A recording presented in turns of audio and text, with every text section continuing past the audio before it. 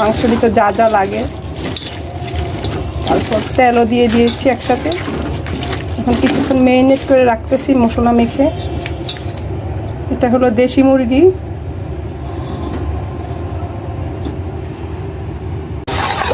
কিছুক্ষণ ম্যারিনেট করার পর এখন বসিয়ে দিলাম। মাংসটা একটু কষিয়ে নিব আগে।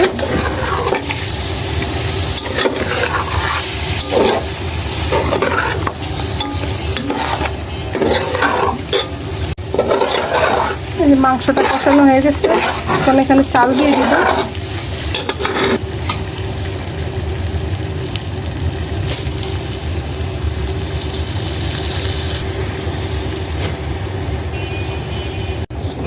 এখানে আমি 2 কেজি চাল নিয়েছি আর 2টা মুরগি। আমি একটা ভিডিও থেকে রান্নাটা দেখে ভালো লাগছিল, এই জন্য রান্নাটা করতেছি।